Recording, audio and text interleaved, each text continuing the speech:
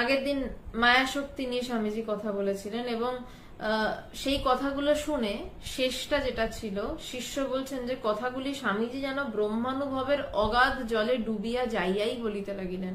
মানে স্বামীজি শিষ্য সামনে থেকে বোধ করছে যে যখন আসলে এরকম কথা বেরোয় তখন যে গভীর জ্ঞানী, বিজ্ঞানী, জ্ঞানী এবং বিজ্ঞানীর মধ্যে তফাৎ হচ্ছে জ্ঞানী মানে সে আর ব্রহ্মজ্ঞান হয়েছে, বিজ্ঞানী হচ্ছে সে বিশেষভাবে ব্রহ্মকে জেনেছে।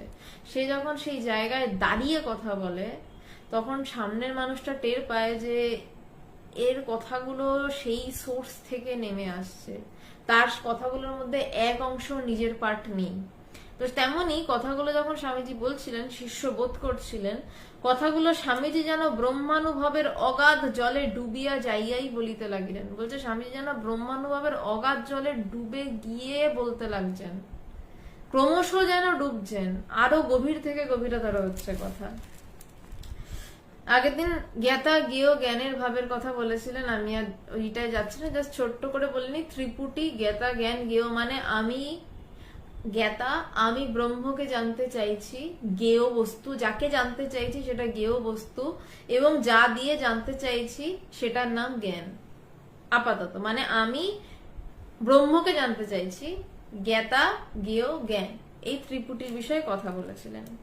স্বামীজি বলছেন যে এই জ্ঞাতা জ্ঞেয় বা জানাজানি ভাব থেকেই দর্শন, শাস্ত্র, বিজ্ঞান সব বেরিয়েছে।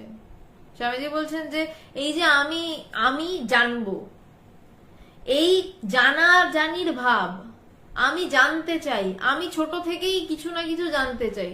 ছোটবেলায় যখন একটা বাচ্চাকে যদি দুধের ফিডিং বোতল মুখের সামনে ধরা হয়, সে একটা বিস্ফারিত চোখে প্রথমে তাকাবে, তারপর তার মুখে ঢুকে দিতে হবে এবং সে বুঝবে না এই ফিডিং বোতলটা থেকে আমি দুধ খাবো।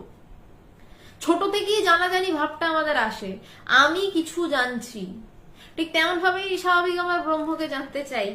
তো বলছে জ্ঞাতা জ্ঞেয় বা জানাজানি ভাব থেকেই দর্শন, শাস্ত্র, বিজ্ঞান সব বেরিয়েছে। বলছে আমি জানতে চাওয়া থেকেই দর্শন, এই ফিলোসফি, যদি এটাকে আমি সাবজেক্টে ফেলি ফিলোসফি, যদি এটাকে আমি ফার্মাকোলজিতে ফেলি, তাহলে সেটা হচ্ছে যে আমি নতুন ওষুধ আবিষ্কার করতে চাইছি, নতুন কিছু জানতে চাইছি। যদি আমি ফিজিক্সে যাই, যেটা যেমন আপনি গড পার্টিকেল বললেন, এই জানতে চাইছি আমি যে আরো ভাঙলে কি, আরো ভাঙলে কি, আরো ভাঙলে কি, পৃথিবীর সৃষ্টি তত্ত্বে পৌঁছাচ্ছে।